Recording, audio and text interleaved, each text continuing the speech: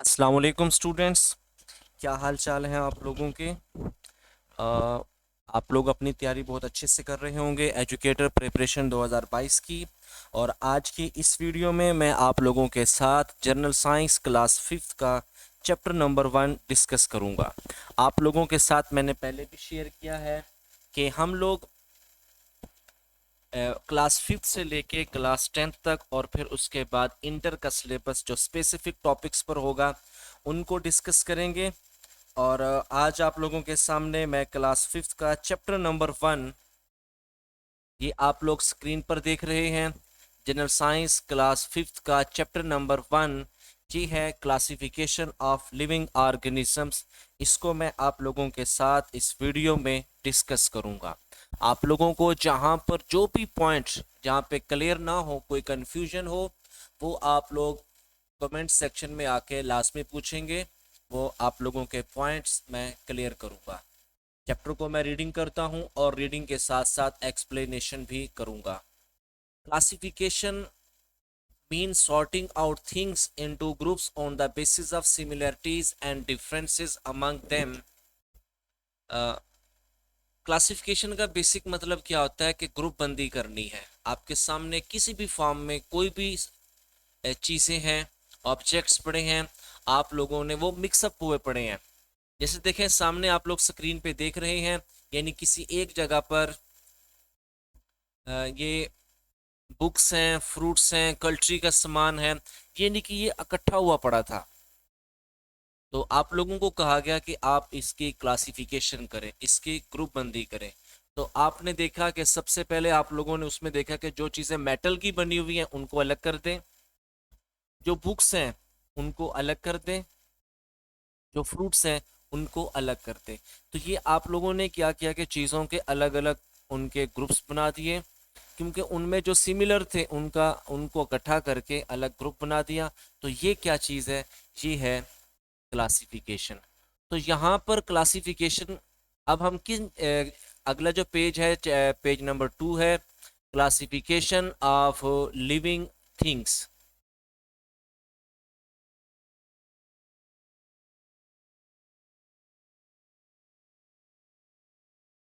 Classification of living things है। इसमें देखेंगे there are millions of living organisms in the world. Scientists have grouped them on the basis of similarities in their characteristics. Grouping of living organisms on the basis of similarities and differences in their characteristics is called classification of living things। कि चांद दुनिया के अंदर लाखों की तादाद में organisms मौजूद हैं। तो एक एस्टिमेशन के मुताबिक कि इस दुनिया में मौजूद हो सकते हैं 5 million to 30 million living organism मौजूद हो सकते हैं।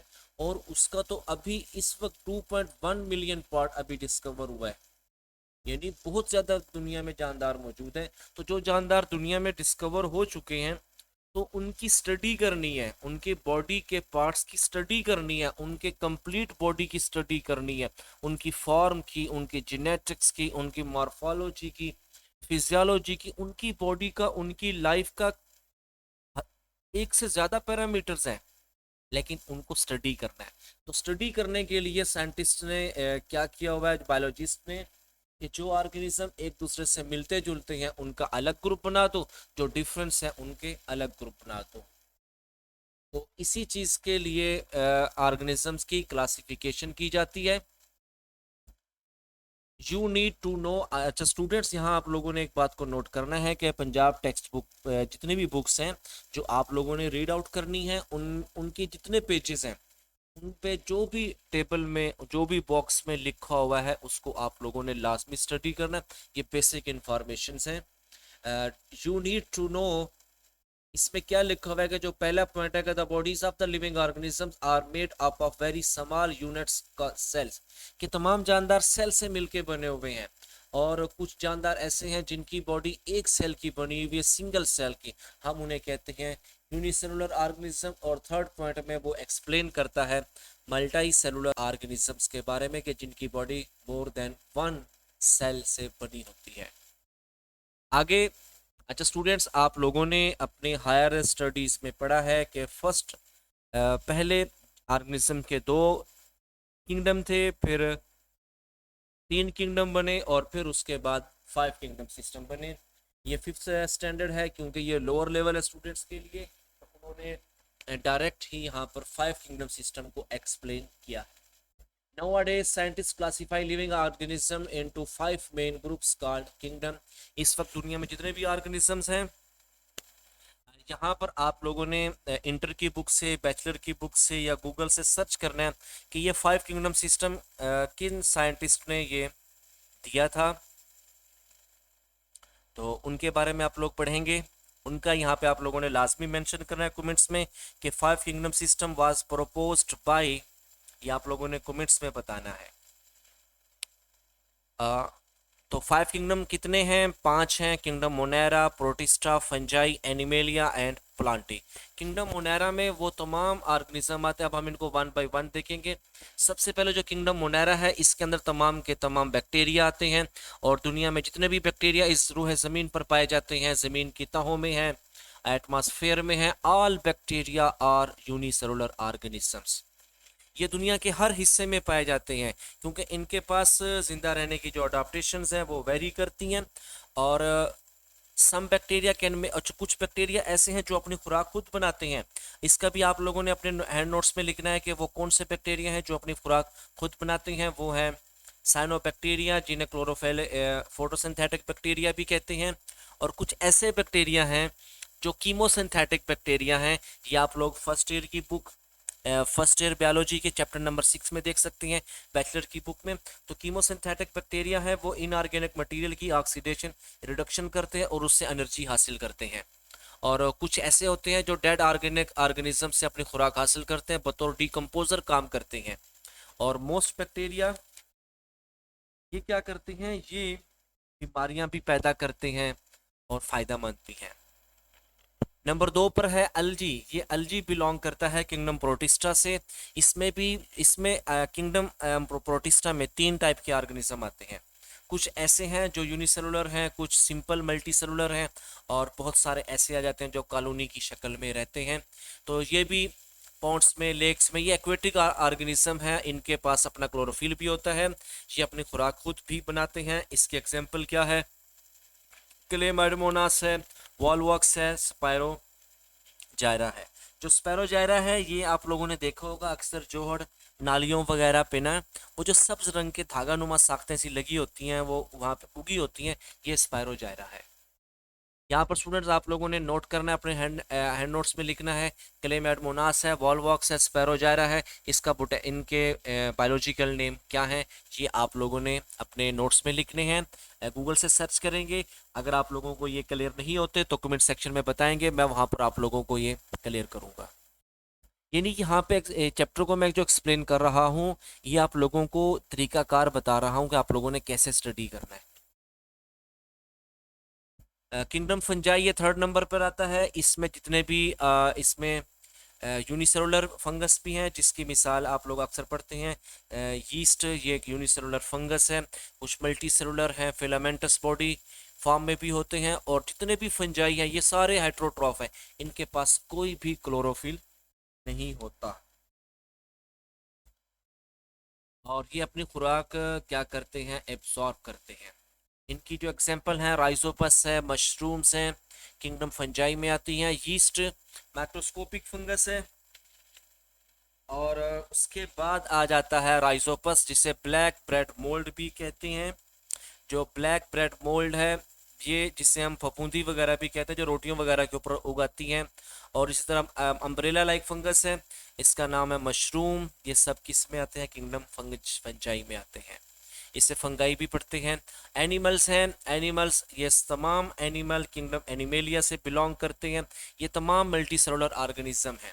ये अपनी खुराक खुद नहीं बनाते क्योंकि इनके सेल के अंदर क्लोरोफिल नहीं पाया जाता, तो ये अपनी खुराक के लिए फोटोसिंथेटिक ऑर्गेनिजम्स पर डिपेंड करते हैं। इसी तरह नेक्स्ट आ जाते हैं प्लांट्स। ये जितने भी प्लांट्स हैं ये सब फोटोसिंथेटिक है, मल्टी सेलुलर ऑर्गेनिज्म है। Classification and characteristics of animal. जितने भी एनिमल हैं इनको दो ग्रुपों में तकसीम किया जाता है, वर्टिब्रेट्स एंड इनवर्टिब्रेट्स। वर्टिब्रेट्स की क्या पहचान है कि इनकी बॉडी में बैकबोन होती है जिन्हें हम रीढ़ की हड्डी कहते हैं। तो जिनमें ये पाई जाती है हम उन्हें वर्टिब्रेट्स कहते हैं।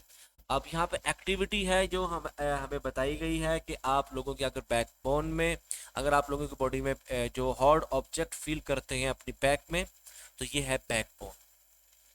और वर्टिब्रेट्स जो इस दुनिया के अंदर पाए जाते हैं 47,000 इनकी किस्में है दुनिया में। और वर्टिब्रेट्स को आगे 5 क्लासेस में तकसीम किया जाता है। फिशेस है जिन्हें पाइसेस कहते हैं, एम्फीबियंस हैं, रेप्टाइल्स हैं, बर्ड्स हैं और मैमल्स आ जाते हैं। यहाँ पे देखते हैं मैमल्स के बारे में जो कि वर्टिब्रेट्स की क्लास है। Human beings, cow, goats, horses, tiger, cats, rabbit belong to a group of vertebrates called mammals. Mammals have hair and fur on their bodies. Babies of the mammal are feed on the mother milk. The young ones in mammal generally develop inside the mother body. ये mammals के बारे में आगे आप इनकी तस्वीरें देख रहे हैं। इसमें काऊ है, गोट है, हॉर्स, टाइगर, रैबिट, कैट। अब मैमल्स की जो उन्होंने करेक्टरिस्टिक्स बताई हैं वो ये हैं कि इनकी बॉडी के ऊपर बाल होते हैं। दूसरा, ये अपने बच्चों को दूध पिलाते हैं। और तीसरा जो अहम करेक्टर है, जो सबसे अहम करेक्टर है, वो ये कि ये अपने बच्चों की बर्थ करती है और उनके बेबी की जो डेवलपमेंट है वो इनसाइड द फीमेल बॉडी होती है।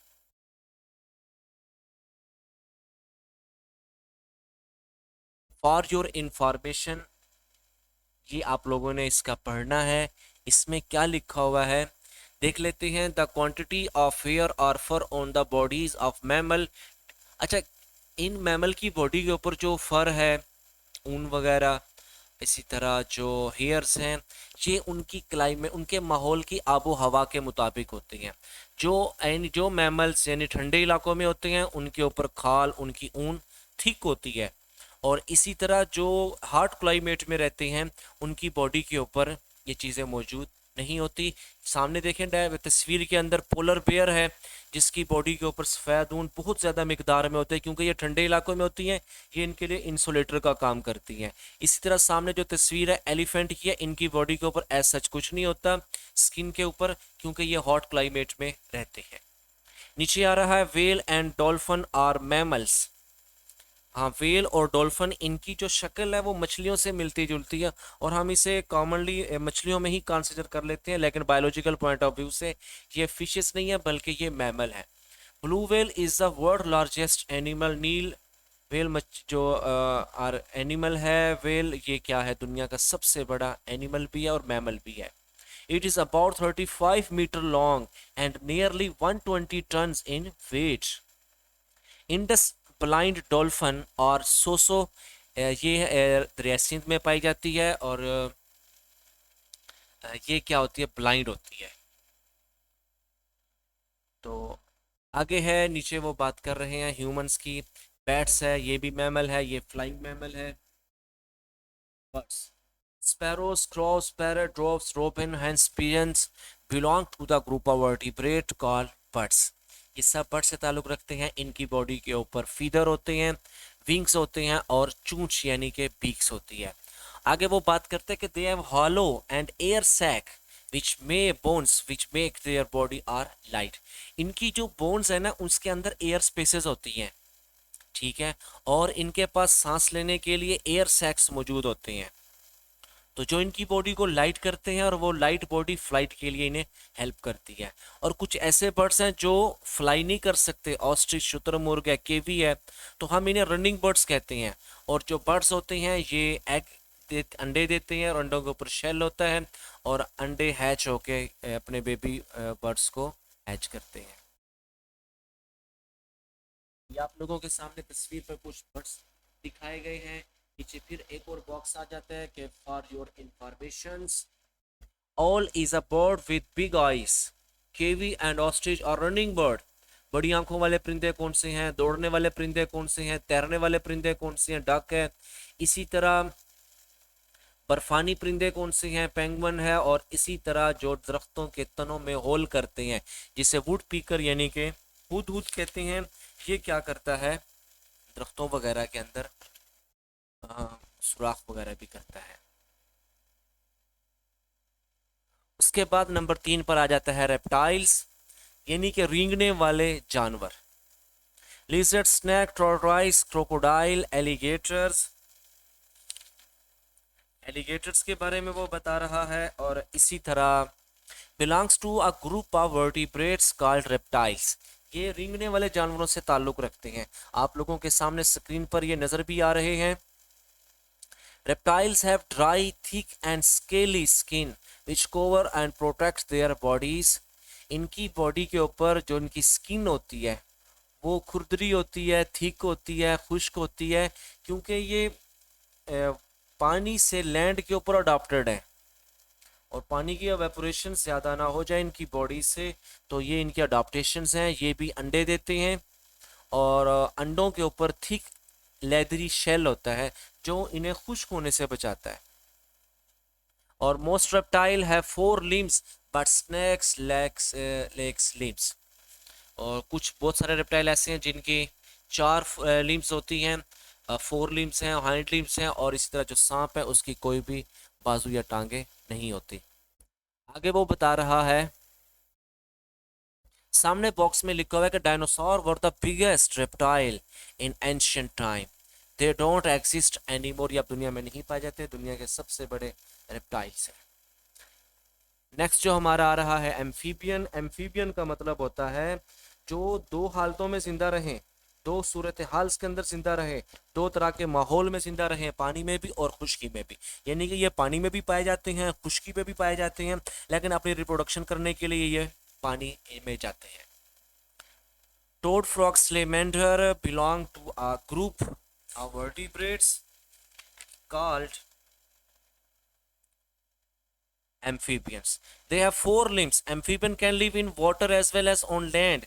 They breathe through lungs and skin. ये skin के जरिए भी क्यूटेनियस रेस्पिरेशन भी करते हैं और लंग्स के लिए जो सांस लेते हैं उसे हम पल्मोनरी रेस्पिरेशन कहते हैं। They usually have loose and wet skin. इनकी स्किन वेट होती है और गीली स्किन क्या करती है, मॉइस्चर सरफेस रेस्पिरेशन के लिए यूज होते हैं, क्योंकि इनकी स्किन तक इनकी ब्लड वेसल, ब्लड कैपिलरीज फैली होती है। मोस्ट ऑफ देम, ताकि वो स्किन से ना इजीली गैसों का तबादला कर लेते हैं। Most of them spend their adult life on land and return to water to lay egg. ये अपनी जिंदगी का काफी सारा हिस्सा खुश्की में भी गुजारते हैं, लेकिन अंडे देने के लिए ये पानी में जाते हैं। Amphibian eggs looks like beads in jelly, they are soft and do not have hard shell. आगे बॉक्स में बता रहा है कि आप जानते हैं in winter amphibian bury themself in the mud and sleep for a long time to keep themself safe from cold climate. ठंडी यानी सर्दियों वगैरह के अंदर ये अपने आप को मट्टी वगैरह, कीचड़ वगैरह में छुपा लेते हैं। कंडीशंस में एयर टेम्परेचर वेरी लो हो जाता है, तो इनके इस बिहेवियर को, इस अडाप्टेशंस को हाइबरनेशन कहते हैं। ये अपनी बॉडी के फिजिकल एक्टिविटीज को, मेटाबॉलिक एक्टिविटीज को स्लो कर लेते हैं और उस सीवियर कंडीशन के एनवायरनमेंट को पास आउट करने के बाद ये वापस फिर लैंड पे आ जाते हैं। Fishes, there are over 25,000 different kind of fishes found all over the world. All over the world है, and they live in water. They have streamlined body. अब स्ट्रीमलाइन बॉडी कैसी होती है, सामने स्क्रीन पर आप लोगों को मछलियां नजर आ रही हैं। इनकी जो टेल वाला पोर्शन है और इनका माउथ हेड वाला पोर्शन है वो देखें, वो पॉइंटेड है। ऐसी बॉडी जैसे कश्ती की तरह होती है, ऐसी बॉडी को स्ट्रीमलाइन बॉडी कहते हैं, क्योंकि इस बॉडी का सबसे बड़ा फायदा क्या होता है कि ये फ्रिक्शन पैदा नहीं होती, पानी में इजीली मूव कर लेती हैं। और fishes have fin and tail which help them to swim. इनके पास फिन्स होती हैं और इनके पास टेल है, टेल को कॉडल फिन कहते हैं, ये इनकी बॉडी को फॉरवर्ड मूव करवाती है। They have stiff scale on their skin for protection. They have gills to breathe. ये गिल्स के जरिए, गिलफड़ों के जरिए सांस लेती है। और इनकी रिप्रोडक्शन एग के जरिए होती है।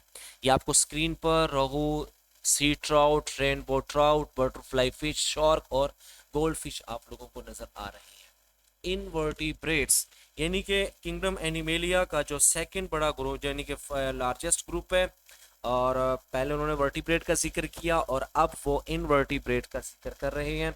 तो स्टूडेंट्स, पहले जितने भी ऑर्गेनिज्म के नेम आए हैं आप लोगों ने आपने उनके बायोलॉजिकल नेम अपने रफ पेज पे लिखने हैं और कमेंट सेक्शन में लाजमी आप लोगों ने शेयर करने हैं।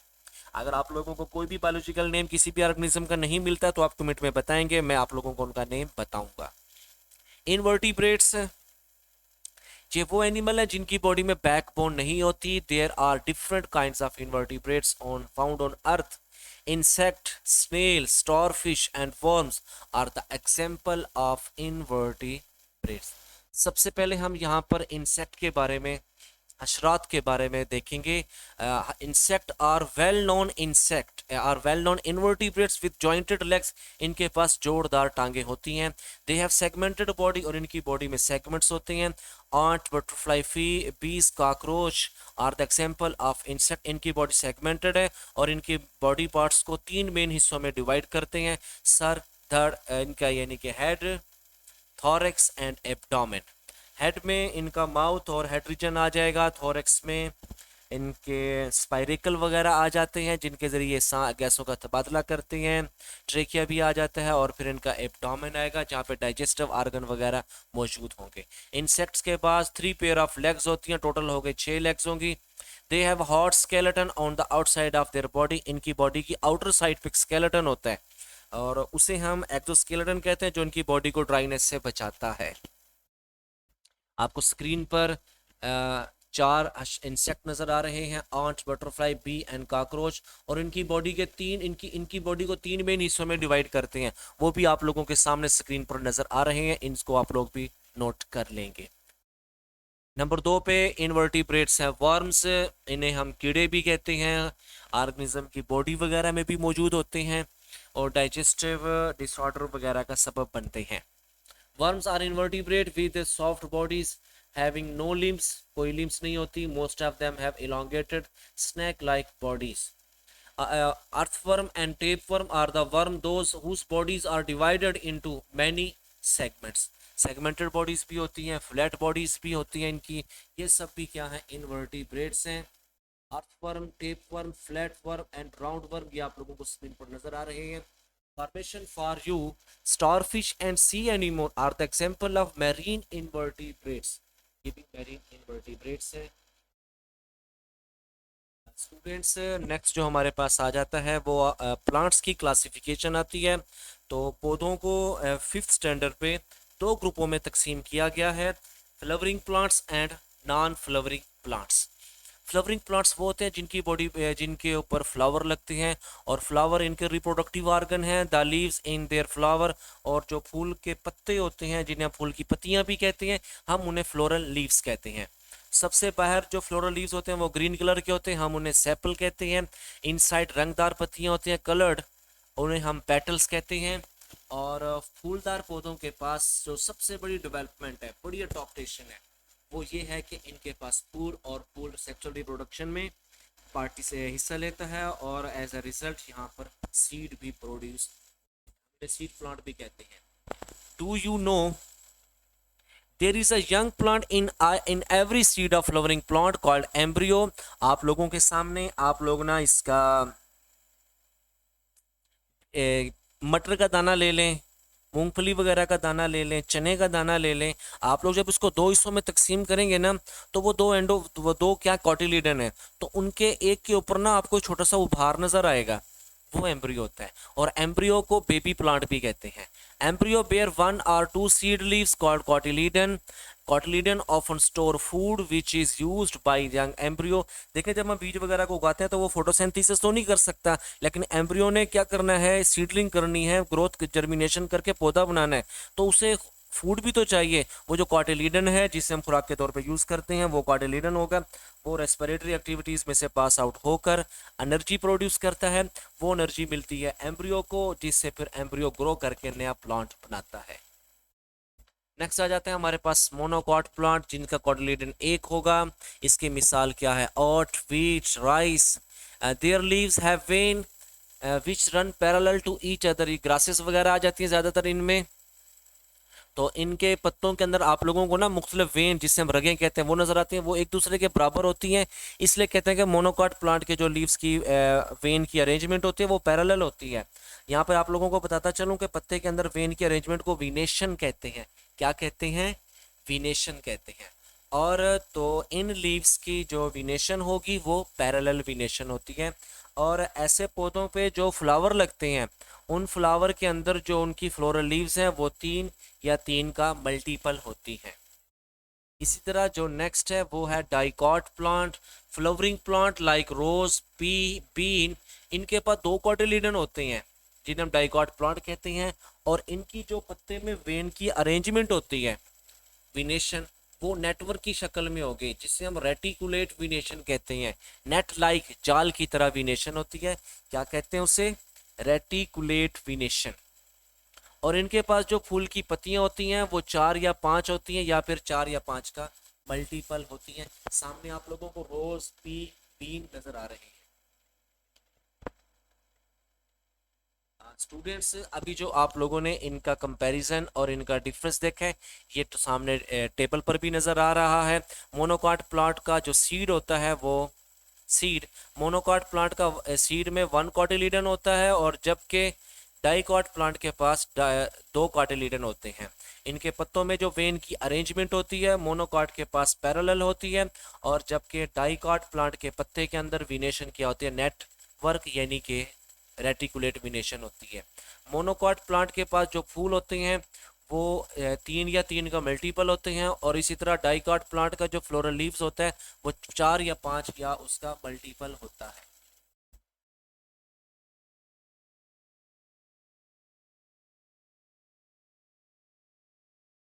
स्टूडेंट्स, लास्ट में हम लोग देखेंगे कुछ ऐसे प्लांट जिन पे फ्लावरिंग नहीं होती, नॉन फ्लावरिंग प्लांट्स हैं। इनमें आ जाते हैं कोनिफर, आ जाती है जिन पे कोन लगती हैं, पाइन ट्री वगैरह, फर्न्स हैं, मोसेस हैं, लिवरवर्ट्स हैं, ये सब क्या हैं। और नाइन्थ, और आप लोगों ने फर्स्ट ईयर में पढ़ा होगा ऐसे प्लांट, ये ब्रायोफाइट और ट्रेकियोफाइट्स में भी आ जाते हैं, में आते हैं। और इनकी एग्जांपल्स आप लोगों के सामने नीचे दिखाई गई हैं। ये कोनिफर है, फर्न, मोसेस और लिवरवर्ट्स। इनके कुछ करेक्टरिस्टिक्स देख लेते हैं। कोनिफर के जो लीव्स होते हैं वो नीडल लाइक होते हैं। ये आप लोगों ने दियार के, पाइन ट्रीज, पाइनस वगैरह के देखे होंगे। इनके नीडल लाइक लीव्स होते हैं और ये सीड डेवलप करते हैं कोन में। और इन जो फर्न्स के लीव्स होते हैं ये छोटी छोटी पत्तियां लीफलेट में होती हैं, और ये स्पोर के ज़रिए अपनी रिप्रोडक्शन करते हैं। और फर्न के जो स्पोर होते हैं ये इनके पत्तों की अंडर साइड स्पोरेंजिया में डेवलप करते हैं। और ऐसे पत्ते जिनके ऊपर स्पोरेंजिया डेवलप हो, स्पोर लगे, हम उन्हें फ्रॉन्ट्स कहते हैं। क्या कहते हैं उन्हें? Fronds, FRONDS। Mosses and liverworts have simple stem and tiny leaves. इनके पास स्टेम लाइक, लीफ लाइक और रूट लाइक स्ट्रक्चर्स होते हैं। They reproduce by spore develop in their capsule. Capsule वो होता है स्ट्रक्चर जो कि ट्रेकियोफाइट का पार्ट्स है, और फूड सीटा कैप्सूल ट्रेकियोफाइट का ब्रायोफाइट्स के अंदर, उस कैप्सूल के अंदर स्पोर मदर सेल होते हैं, उनमें स्पोर डेवलप करते हैं।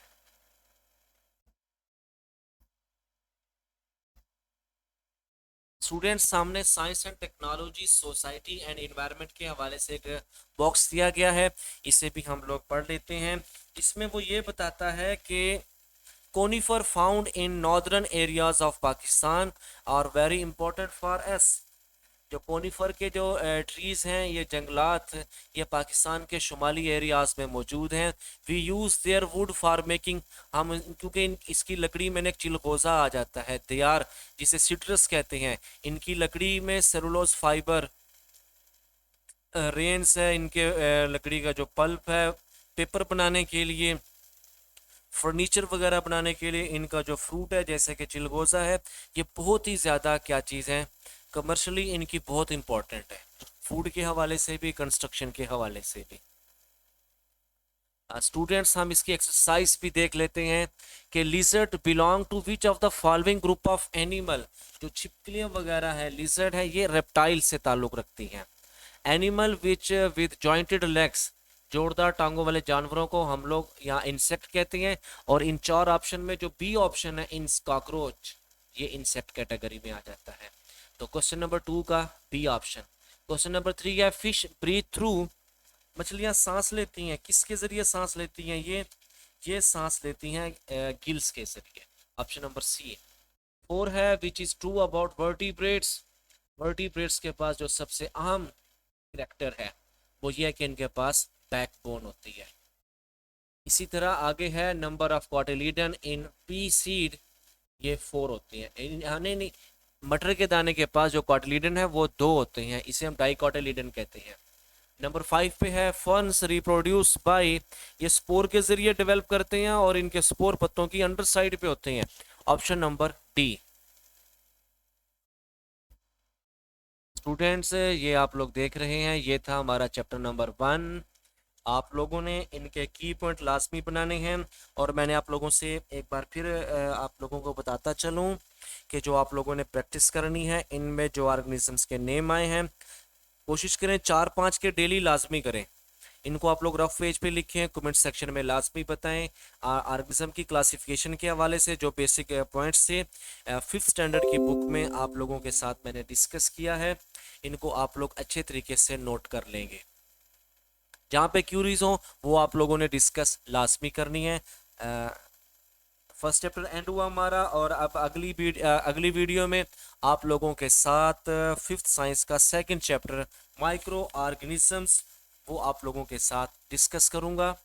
अपना ख्याल रखिएगा। अल्लाह हाफिज़।